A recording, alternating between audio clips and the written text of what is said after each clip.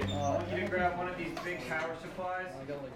So today's kids seem to be so heavily involved with technology that distracts them. They don't understand where the technology comes from and how to build that technology. So we give them opportunities to learn how to essentially process the concepts that go into it, all the basic things that go into those really fancy technology. All started off with something really simple.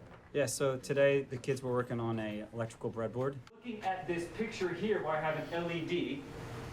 And the electrical breadboard is the fundamental place to start a project. Think of it like a blank slate for a paper where you're gonna just put down all your ideas and start making connections of dots. But it also allows you to very quickly make changes to that without having to make any sort of finished product involved with soldering and a finished, like, complete welded, like, cased up thing. It's not pretty, it's ugly, but it functions. Stay on the dials on the right, so change that to 7. You're close though, 32. Pretty close. Yeah.